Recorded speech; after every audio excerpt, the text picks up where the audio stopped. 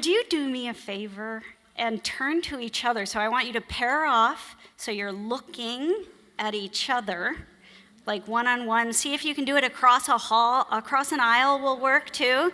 And I want you to look into each other's eyes. This is going to be a little uncomfortable, but do it for me. Do it for me. Look into each other's eyes and see that beautiful person sitting next to you and look, not talk, and smile.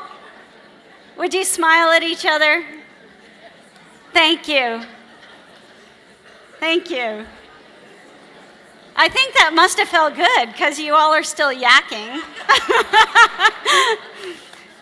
Connecting like that, having a smile, is what I call real value. It's something that feels good, that makes our lives better. In fact, smiling at each other even makes us healthier. Would the value of that smile, do you think that's worth $25? Would you?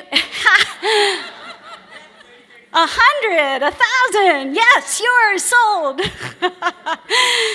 I tend to feel a little uncomfortable when people ask me to price something like a smile. I think that money and value are not the same thing.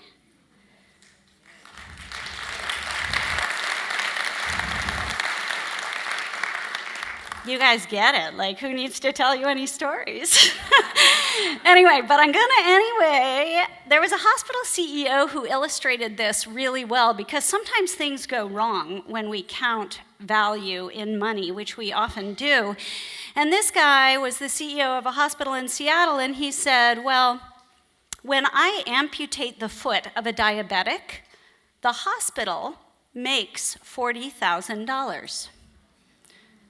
When I educate a diabetic so that they never need a foot amputation, that costs the hospital $200. I think you all know where the value lies there. Perhaps looking for profit in hospitals might lead us in the wrong direction.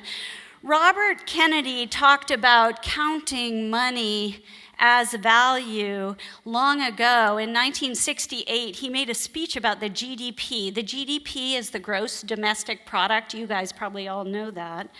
But the gross domestic product is a measure of the success of our country in many ways. We hear about it on the news. We like to hear it going up. But the gross domestic product is a measure of the money exchanged for goods and services in our country. And Kennedy, in his eloquent speech, which I wouldn't want to mess up, so I'm going to read a small bit of it to you, said that we had to confront the poverty of satisfaction that was afflicting us. He felt because we were measuring money instead of the most important things. He said, too much and for too long, we seemed to have surrendered personal excellence and community values in the mere accumulation of material things. Our gross national product counts ambulances to clear our highways of carnage. It counts the destruction of the redwood and the loss of our natural wonder in chaotic sprawl. It counts the television programs which glorify violence in order to sell toys to our children. Yet, the gross national product does not allow for the health of our children, the quality of their education, nor the joy of their play. It measures neither our wit, nor our courage, neither our wisdom, nor our learning. It measures everything, in short, except that which makes life worthwhile.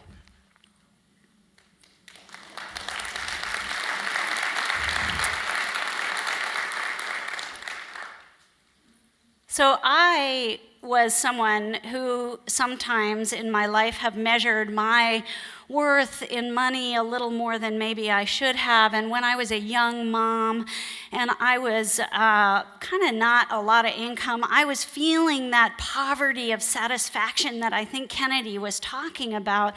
And I was on the phone with a friend of mine, my old college roommate, and I was saying to her, "No, I can't come visit you. I can't afford the airfare. It's crazy. Do you have any idea how much soccer uniforms cost? The socks alone are $15. We just don't have enough." And you should know that at that time, my family was earning a modest income that could be measured in the tens of thousands of dollars.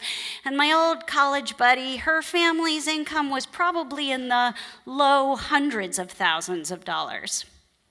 And she said to me, "Oh, Rach, don't worry about it. It's never enough. No matter how much you earn, your expenses will just rise to be above what your income is. It's just never enough, so get over it."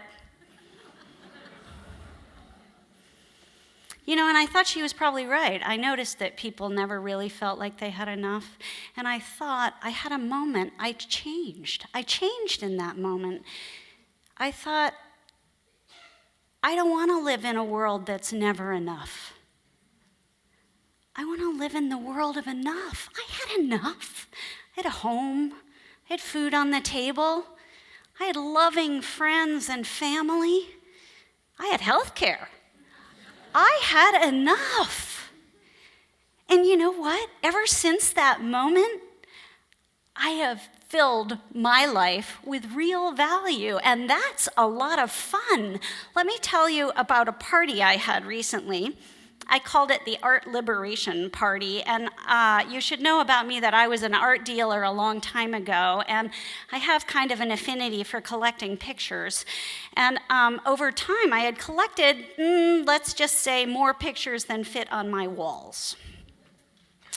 And while I had honed the pictures over the years, I kept everything I loved or I thought was really special, and people said I should sell them, if they're sitting in the garage and no one can appreciate them and feel the meaning of that art.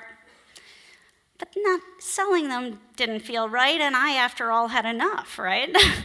So I had this party, Art Liberation, invited all my friends, and it was a potluck, so they brought food, and when they came in, I told them, this is the scoop. Eat, drink, be merry, enjoy, but then look at all the pictures. I had them leaning against the walls in the room, and take a careful look at every picture, and maybe one of them will speak to you and say, hey, if you live with me, your life is going to be full of value. And then pick that picture up and bring it to me, and I'll tell you its story. I'll know something about the artist or some home it hung in, or where it came from, and then you can take it home with you. And people have been sending me photos of the pictures. In fact, while I was sitting in the green room back here, somebody sent me a photo of a picture. They had it reframed, and they were like, look at it, it's beautiful. Anyway, that's what I call real value.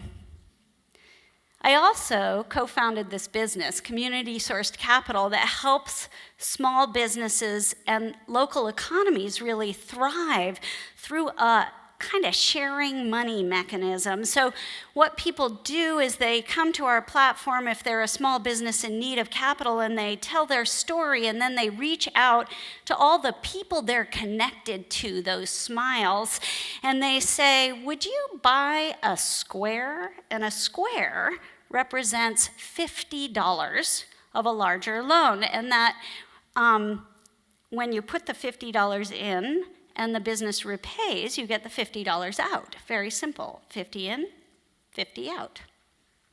Nothing else. What happens is you build value along the way. Anyway, people told us no one would do this. Nope, not going to happen. Your business is going to be a disaster. Nobody will ever do this. Why would they? There's no money in it. Turns out people do. In the town of Long Beach, Washington, one of our earliest campaigns was a cranberry farm, and they raised $12,000 from over 100 people that they knew in order to buy an industrial juicer. And they sell their juice to a hotel that's on the beach there in Long Beach, and that hotel wanted to put solar on their roof, and so they got a loan through community sourced capital, and they built that solar array. And there's a woman who makes wedding cakes in town, a lot of weddings at that hotel, and she needed a new oven, and she raised money, and lots of people in that community came together, and one of them wrote to me recently, and she said, you know what? I lent to the cranberry bog, and they repaid me, and I helped that farm grow and thrive, and then I lent to the hotel, same money, she lent $250, 200, bought 5 squares. Anyway, and they repaid me, and now I am lending my money in my community for the 3rd time. I have made so much value. I call that a real return on investment.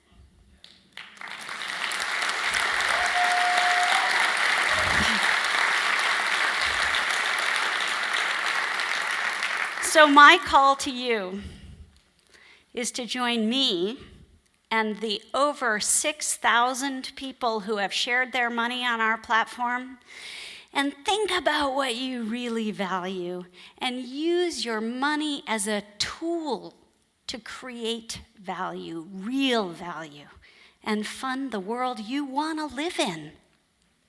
Thank you.